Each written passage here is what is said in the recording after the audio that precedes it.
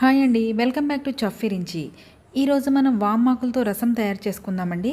ఇది digestion problems కానీ, అలాగే గ్యాస్ట్రిక్ ప్రాబ్లమ్స్ కానీ, పిల్లలకి పెద్దలకి వేడివేడి అన్నంలో ఇది వేసుకుంటే మంచి ఉపశమనం కలుగుతుందండి.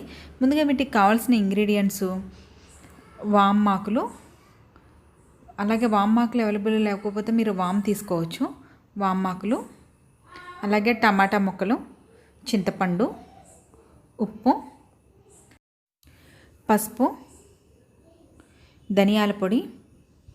ముందుగా మనం స్టవ్ అంటించుకుని ఒక కడాయి పెట్టుకుని అందులోనూ టమాటా ముక్కలు, పచ్చిమిరపకాయ, అలాగే వామాకులు, ఫ్రెష్ వామాకులు తీసుకోవాలండి. ఒక 10 ఆకుల వరకు వేసుకోవాలి. కొంచెం చింతపండు, ఒక నిమ్మకాయ సైజు చింతపండు వేసుకుని, పసుపు, టమాటా కూడా మీడియం సైజ్ సరిపోతుంది, ఉప్పు, అలాగే కొంచెం వాటర్ పోసుకుని ఇవన్నీ కొంచెం సాఫ్ట్గా కుక్ చేసుకోవాలండి. ఎందుకంటే వామాకులు, టమాటా ఇవన్నీ కొంచెం సాఫ్ట్గా కుక్ చేసుకోవాలి. ఒక 2 నిమిషాల పాటు మూత పెట్టుకుందాం. కొంచెం మూత తీసి చూసేసరికి మనకి ఈ విధంగా సాఫ్ట్గా కుక్ అవుతుంది. ఇది చూసారా, ఇంకా కొంచెం కుక్ అయితే సరిపోతుంది. మీకు నచ్చితే వామాకులు ఇంకా ఎక్కువ కూడా యాడ్ చేసుకోవచ్చు, వామాకులు ఫ్లేవర్ ఇష్టపడేవాళ్ళు.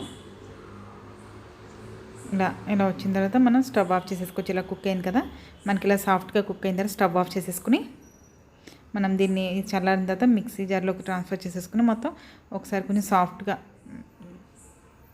చాలా మెత్తగా గ్రైండ్ చేసేసుకున్నాం. సాఫ్ట్గా ఇలా ఫైన్గా గ్రైండ్ చేసుకున్న తర్వాత మళ్ళీ మనం అందులోనే ఈ పేస్ట్ అంతా వేసుకుని దీనికి సరిపడగా వాటర్ యాడ్ చేసుకుందాం. ఇప్పుడు ఇందులో కారం యాడ్ చేయకూడదండి, మిరియాల పొడి యాడ్ చేయాలి.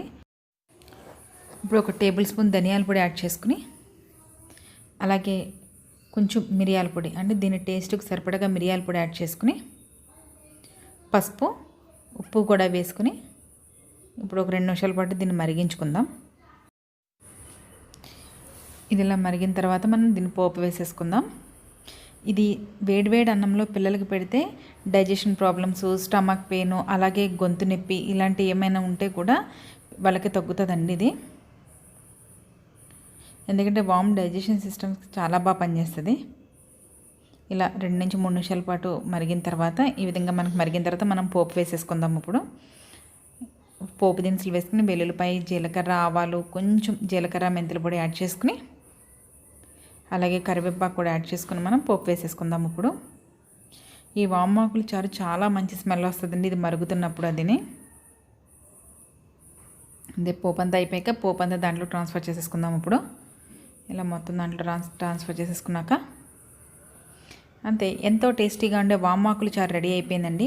మీరు కూడా ఒకసారి ఈ విధంగా ట్రై చేసి నాకు కామెంట్ రూపంలో షేర్ చేయండి.